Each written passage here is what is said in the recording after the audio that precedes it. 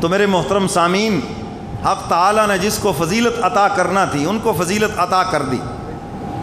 ہم اپنی مرضی سے کسی کو فضیلت نہیں دے سکتے۔ سال کے دن ہیں 360 ہیں، 30 اگر دن ہوں ہر مہینے کے تو کتنے بنے ہیں؟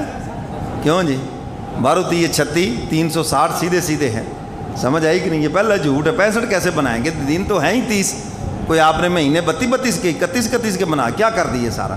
اگر ایک 31 کا ہوتا تو پیچھے 29 کا بھی ہے، 28 کا بھی ہے ایک، جب ان کو ملاؤ گے تو 360 ہی بنے گے۔ اور سمجھ آ رہی ہے بات کہ نہیں؟ تو 360 دنوں میں اللہ نے 10 دنوں کو فضیلت عطا فرما دی، یہ اس کی مرضی ہے۔ یہ جو عشرہ ذی الحج کے مہینے کے 10 دن ہیں، والفجر ولیال، یہ جو 10 راتوں کی اللہ نے قسم اٹھائی ہے، اللہ نے ان کو فضیلت عطا فرما دی۔ اور حضور علیہ الصلوۃ والسلام نے اپنی زبان مبارک سے اس فضیلت کو بیان فرمایا جتنے دنوں میں تم نیک کام کرتے ہو، اللہ تعالیٰ کو سب سے زیادہ محبوب تمہارے نیک کام ان 10 دنوں کے اندر ہیں۔ کن کے اندر ہیں؟ یہ جو 10 دن ہیں۔ اب یہ اللہ کے نبی فرما رہے ہیں، بات سمجھ آ رہی ہے کہ نہیں؟ ہمیں پتہ ہی نہیں ان چیزوں کا، کبھی دھیان ہی نہیں کیا ادھر۔ ہم تو مسجد میں آتے ہیں جب مولوی آخری سانسوں میں پہنچ جائے، کیوں جی؟ بس جلدی نماز گلے سے اتارے اور نکلنے کا ماحول بنائیں، دیر سے آتے ہیں اور مولوی 5 منٹ دیر کر دے، یہ تو ویلے ہے جی، ایسی مصروف لوگ ہیں جی یہ فارغ ہیں بیچارے۔ میرے محترم سامعین، یہی جو مصروف لوگ ہیں نا، میرا گھر شادی حال کے ساتھ ہے، 4 گھنٹے وہاں بیٹھے ہیں 2 بوٹیوں کے لیے، 2 بوٹیوں کے لیے، وہ بھی پتہ نہیں کھانی ہے کہ نہیں، کہ شوگر کا مریض ہے، کوئی بلڈ پریشر کا مریض ہے، کوئی پتہ نہیں وائرس ہی۔ اللہ ہم سب کو محفوظ فرمائے۔ 4 گھنٹے بیٹھے ہیں، برات لیٹ ہے، بیٹھے ہیں یہ مصروف صاحب وہاں پر، بزنس مین بھی بیٹھا ہے، ملازمت پیشہ بھی، زراعت پیشہ، مصروف سب بیٹھے ہیں وہاں پر، اور کوئی تکلیف نہیں ہے کسی کو۔ اور مسجد میں یہاں 5 منٹ لیٹ ہو جائے جان پہ بن جائے گی جی، مولویوں کو پتہ ہی نہیں ہے جی، وہ فلسفے بیان کریں گے جی، کیا ہو گیا جی، کیا قیامت آ گئی، نماز 5 منٹ لیٹ ہو گئی۔ حالانکہ حدیث مبارکہ کا مفہوم ہے، آپ مسجد میں نماز کے انتظار کے لیے بیٹھے ہیں، ایک سانس بھی اگر لیتے ہیں تو اس پر بھی 10 مقبول نیکیاں ملی ہیں۔ کتنی ملی؟ اچھا 5 منٹوں کے آپ حساب تو لگائیں، آپ نے سانس کتنے لیے ہیں اور ان کو 10 کے ساتھ ضرب دے کے دیکھیں کتنی 1000 نیکیاں آپ کو مل گئی۔ اور آپ جناب تماشا کر رہے ہیں اور کہہ رہے ہیں جناب دیکھو جی ہمارا وہ کیا نقصان ہوا، آپ کا تو آخرت کا فائدہ ہو گیا۔ بات سمجھ آ رہی ہے کہ نہیں؟ تو اللہ تعالیٰ کو محبوب ہے ان 10 دنوں میں نیک عمل کرنا، بس اس کو جو محبوب ہے ہمیں بھی وہی محبوب ہونا چاہیے، اللہ کو پسند ہے۔ فرمایا 10 دنوں میں جو نیک عمل کرے، اب نیک عمل بتا دیے، فرمایا اگر کوئی رات کی عبادت کرے لیلۃ القدر کے، ہم اس کو برابر کر دیں گے۔ اب انہی دنوں کے اندر 9 ذی الحجہ کا اگر کوئی روزہ رکھے، یوم عرفہ جس دن حج ہوتا ہے اس دن کا روزہ رکھے، اب ایک روزے کا ثواب تو دیکھو، 1 سال گزشتہ اور 1 سال آئندہ کے اللہ صغیرہ گناہوں کو معاف کر دیتے ہیں۔ کتنا مقبول ہے یہ عمل، ایک دن کے روزے کا ثواب تو دیکھو۔ لیکن ایک بات یاد رکھنا، اس سے صغیرہ گناہ معاف ہوں گے، کبیرہ نہیں ہوں گے۔ آپ کسی کے پیسے دبائیں اور 9 ذی الحجہ کا روزہ رکھ لیں، بس ٹھیک ہے جی معاف ہو گئے، مولوی صاحب نے بتایا ہے، یہ نہیں معاف ہوں گے، یہ حقوق العباد ہے بھائی۔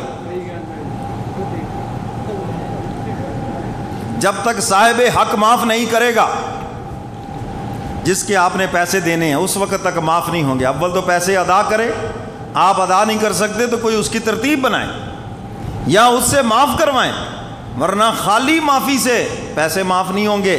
کسی کی زمین دبائی ہے، جب تک اس کو واپس نہیں کرو گے، جتنا مرضی توبہ استغفار کرتے رہو، ادھر جا کر مسجد حرام میں جا کر بھی توبہ کرو، تب بھی توبہ قبول نہیں ہوگی جب تک اس کی زمین واپس نہیں کرو گے۔ اور قیامت کے دن سب سے زیادہ سخت مصیبت میں وہی لوگ ہوں گے جنہوں نے لوگوں کے حق دبائے ہیں۔ سمجھ آئی ہے بات کہ نہیں؟ لوگوں کے حق دبائے۔ حدیث مبارکہ میں ہے جس کا مفہوم حضور علیہ الصلوۃ والسلام نے پوچھا، جانتے ہو مفلس کون ہے؟ حضرات صحابہ کرام نے عرض کیا، جس کے پاس مال و دولت نہ ہو وہ غریب ہے، مفلس ہے۔ فرمایا نہیں، حقیقی مفلس وہ ہے جو قیامت کے دن نیکیوں کے انبار لے کر آئے گا، بڑی باتیں ہوں گی، بہت صدقہ خیرات ہوگا، لیکن فرمایا جب اللہ کے دربار میں آئے گا تو حق لینے والے آ جائیں گے. یا اللہ میری زمین دبائی, یا اللہ میرے پیسے دبائے, یا اللہ مجھے تھپڑ مارا, یا اللہ میری عزت کو نقصان پہنچایا, یا اللہ میرا اس نے فلاں نقصان کیا, میری جان کا نقصان کیا, مال کا نقصان کیا.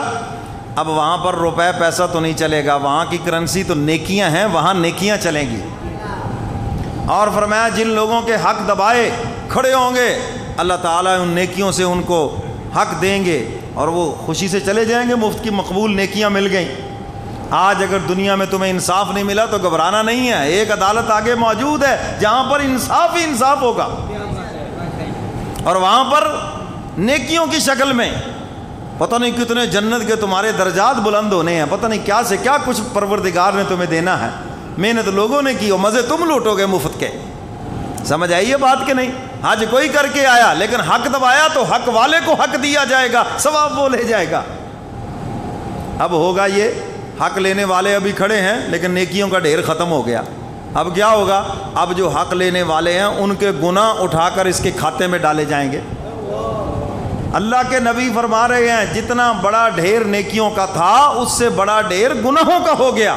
فرمایا یہ ہے حقیقی مفلس کہ دنیا میں محنت تو کی مگر آخرت کے اندر وہ خالی ہاتھ آ گیا. آج یہ چیزیں معمولی ہیں, آج تو پیسے دبانا فن سمجھا جاتا ہے, آج تو کسی کی عزت کو نقصان پہنچانا, کسی کا نقصان کرنا آج تو ایک معمول بن گیا ہے. لیکن یہ بات دیکھ لو قیامت کے دن حساب تو اس کا دینا ہے. آج تو روڈ کے اوپر کسی بیچارے کی ٹرالی خراب ہو جائے, گنوں کی لدی ہوئی ہے, اس بیچارے کو ٹرالی کی فکر کم ہوتی ہے, اپنے گنوں کی فکر زیادہ ہوتی ہے. ماشاءاللہ ہر گزرنے والا یہ سمجھتا ہے یہ مال غنیمت ہے, 2-4 لے جاؤ یہاں سے, کل کو تمہارا باپ حساب دے گا اس کا. یہ ایک ایک نوالے کا حساب دینا ہے قیامت کے دن. آج احساس ہوا آج کیا کرو گے, کہاں ڈھونڈو گے اس ٹرالی والے کو, وہ تو گیا. آج یہی مسئلہ ہے کہ اس کی طرف سے اتنی رقم صدقہ کی جائے تاکہ اس کے کھاتے میں, اس کے اکاؤنٹ میں یہ نیکیاں چلی جائیں اور قیامت کے دن وہ تم سے خوش ہو جائے اور تمہاری جان چھوٹ جائے.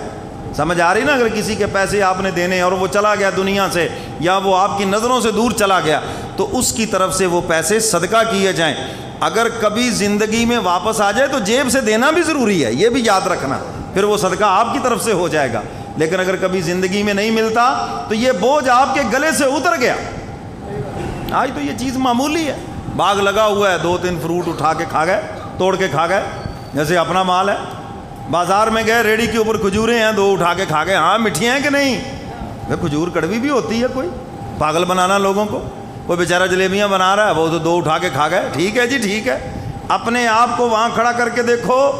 میں اگر یہ ٹھیلا لگا کے کھڑا ہوتا, ریڑھی لگا کے کھڑا ہوتا اور اس طرح 100 بندے یہ 100 ٹکڑے اٹھا کے کھا جاتے تو پھر میرے دل پہ کیا بیتتی, فیصلہ کرنا آسان ہو جاتا. ہمارے یہاں سبز منڈیوں میں وہ اوپر والی ایک طے ہوتی ہے اچھی فروٹ کی, اور وہ بھی جناب اوپر سے اٹھا کے کھا جاتے, وہ جھولے میں آڑتی ڈال رہے ہوتے ہیں. میں نے کہا یہ جہنم کے انگارے ہیں جو تم ڈال رہے ہو. بھائی کوئی آڑتی ناراض ہو تو علیحدہ بات ہے, میں نے تو بات کرنی ہے جو اللہ اس کے رسول کا حکم ہے. مجھے اس سے کوئی سروکار نہیں ہے, نہ مجھے کسی کی ناراضگی کی کوئی خوشی کی فکر ہے. مجھے صرف اپنے پروردگار کی خوشی اور اس کی ناراضگی کی فکر ہے, اور جو کہتا ہوں اس کی خوشنودی کے لیے کہتا ہوں. تو میرے محترم سامعین, یہ حقوق العباد ہیں. یہاں غلہ منڈیوں میں چلے جاؤ, کھانے پینے کی چیز ہے, ایسے گڑ شکر یہ چیزیں اٹھا کے کھا جیسے ابے کا مال ہوتا ہے. یہ کوئی پوچھتا دیکھتا ہی نہیں ہے بھئی ہم کسی کا کھا رہے ہیں. تو میرے محترم سامعین, یہ حقوق العباد ہیں. جب تک ادا نہیں کرو گے, صاحب حق سے معاف نہیں کرواؤ گے, اللہ بھی اس کو معاف نہیں کریں گے. یاد رکھنا, کیونکہ وقت اب ختم ہونے کو ہے. ورنہ حضرت موسیٰ علیہ السلام کا مشہور واقعہ, زنا کا الزام لگایا اور پھر معافی مانگنے لگا. اللہ نے فرمایا مجھ سے معافی نہیں, جس پہ الزام لگایا اس سے معافی. قارون, کیونکہ جب دولت آتی نا انسان اسی قسم کی حرکتیں کرتا ہے.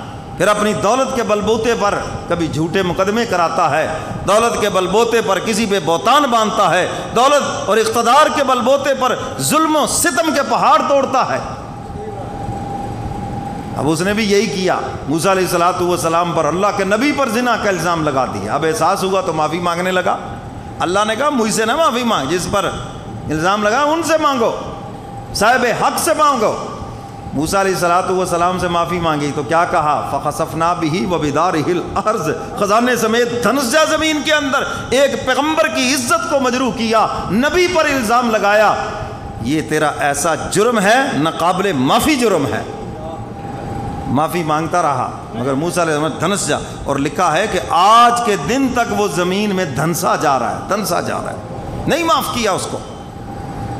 اور حق تعالیٰ نے فرمایا موسیٰ کلیم یہ تیرا معاملہ تھا، تیری مرضی ہے، کیونکہ تو صاحب حق ہے، اگر معاف کر دے تو تب بھی مرضی، نہ کرے تب بھی مرضی، لیکن ایک بات ہے، اگر اس نے میرا جرم کیا ہوتا، میرا گناہ کیا ہوتا، ایک مرتبہ معافی مانگتا، میں نے معاف کر دینا تھا۔ سمجھ آئی نا بات؟ وہ غفور الرحیم ہے، اللہ کے جو حق ہیں اللہ غفور الرحیم ہے، اور ان کی شان رحمت سے امید ہے اپنی شان رحمت سے معاف کر دیں گے۔ لیکن بندہ بڑا کم ظرف ہے، یاد رکھنا، یہ بڑے چھوٹے دل والا ہے، یہ تو تجھے 1500 معاف نہیں کرتا، یہ قیامت کے دن تیرے جرم کیسے تجھے معاف کر دے گا؟ اس لیے آج وقت ہے، انہی چیزوں کا حساب ہونا ہے، آج اپنا یہ کھاتا یہیں پہ ٹھیک کر کے چلے جاؤ، جس کا دینا ہے یہاں دے دو، جس کے ساتھ زیادتی ہوئی ہے یہاں پر معافی مانگ لو۔ ہمارے ہاں یہ جو فوتگی پر اعلان ہوتا ہے، لینا دینا ہو، فلاں ہو، زیادتی ہو، بھائی ٹھیک ہے اعلان تو ہے، آپ پتہ نہیں کسی نے معاف کیا یا نہیں کیا، آپ کے پاس کیا دلیل ہے؟ وہ یہاں موجود بھی ہے یا نہیں؟ اگر ہے تو پتہ نہیں اس نے معاف کیا یا نہیں کیا، تو اس سے معافی نہیں ہوگی جب تک صاحب حق سے باضابطہ آپ معافی نہیں مانگے۔ تو میرے محترم سامعین، صغیرہ گناہ تو معاف ہو جائیں گے، لیکن کبیرہ بغیر توبہ کے، اگر حقوق العباد ہیں بغیر ادا کیے یا بغیر صاحب حق کے معاف کیے، وہ معاف نہیں ہوں گے۔ باقی سب گناہ معاف ہو جائیں گے، باقی کون سے تھوڑے ہیں، وہ بھی بہت زیادہ ہے۔ تو میرے محترم سامعین، یہ جو 10 دن ہیں یہ بڑی فضیلت والے ہیں، ان دنوں میں صدقہ خیرات اللہ کو بڑا پسند ہے، ان دنوں میں قرآن کی تلاوت کرنا اللہ کو بہت پسند ہے، ان دنوں میں نوافل پڑھنا، ذکر اذکار کرنا اللہ کو بہت پسند ہے۔ جب اللہ کو پسند ہے تو پھر ہمیں کرنا چاہیے نا۔ اول تو کوشش کریں کہ یہ راتیں عبادت میں گزر جائیں اور دن روزے سے گزر جائیں، اگر ایسا نہیں ہے تو اپنے معمولات میں کچھ اضافہ کر دیں تاکہ اللہ تعالیٰ کی خوشنودی حاصل ہو جائے کہ میرے بندے نے میری خوشی کے لیے کچھ تو کیا ہے نا۔ مثلا راتیں ہیں، عشاء کی نماز آپ نے پڑھی، چلو کوئی 4 رکعت نفل زیادہ پڑھ لو، چلو اور نہیں کوئی 10 منٹ قرآن کی تلاوت کر لو، چلو کوئی تھوڑی دیر ذکر کر، کوئی کام کر لو، میں یہ نہیں کہتا کہ سارے ہی کرو، کوئی ایک کر لو، تاکہ یہ اس حکم پر اور اللہ تعالیٰ کی خوشنودی پر عمل ہو جائے کہ میں نے جب یہ فضیلت سنی تو اللہ کو خوش کرنے کے لیے میں نے کچھ تو کیا ہے نا۔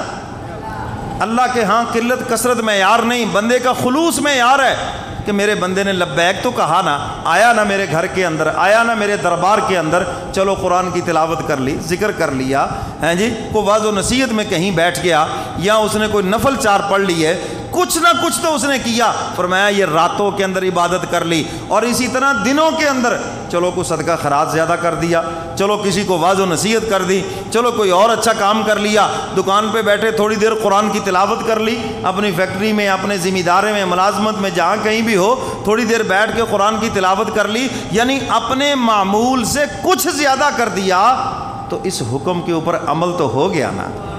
سمجھ آئی نا؟ یہ جو 10 دنوں کی فضیلت ہے، یہ تو میں نے ان لوگوں کے لیے کہا نا جو کچھ ہی نہیں کرنا چاہتے، چلو کچھ تو کر لو، کچھ نہ ہونے سے چلو تھوڑا ہونا بہتر ہے۔ اور باقی اللہ جن کو توفیق عطا فرمائے، ان راتوں کو عبادت میں گزارے، ان دنوں کے اندر کوئی نہ کوئی بڑی عبادت کریں، یعنی زیادہ ٹائم قرآن کی تلاوت کریں، روزہ رکھیں، اور اس کا بڑا اجر و ثواب ہے۔ اور پھر ان 10 دنوں کے اندر اور 2 عبادتیں ہیں جو پورے سال میں نہیں ہو سکتی، صرف انہی 10 دنوں میں۔ نمبر 1 حج کی عبادت، اور نمبر 2 قربانی کی عبادت۔ یہ 2 عبادتیں ایسی ہیں ان 10 دنوں میں، یہ پورے سال میں پھر کبھی نہیں ہو سکتی۔ صدقہ خیرات ہو سکتا ہے پورا سال، لیکن قربانی کی عبادت نہیں ہو سکتی۔ پورا سال عمرہ ہو سکتا ہے، حج نہیں ہو سکتا، وہ صرف انہی دنوں کے اندر۔ تو انشاءاللہ آئندہ جمعہ پھر یہیں سے آگے چلیں گے۔ اللہ مجھے اور آپ کو قرآن و سنت پہ عمل کی توفیق عطا فرمائے۔ وآخر دعوانا ان الحمد